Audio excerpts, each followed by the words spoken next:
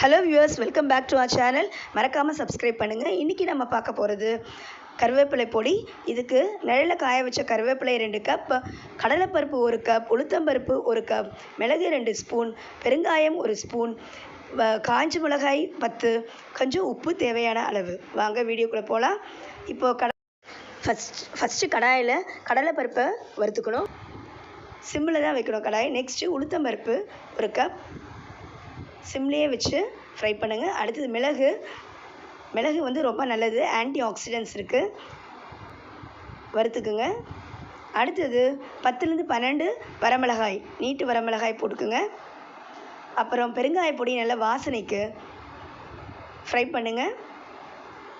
பாருங்கள், நல்ல மனம் பயங்கரமாக இருக்கும். அடுத்தது நிழலில் காய வச்ச 2 கப் கருவேப்பிலை.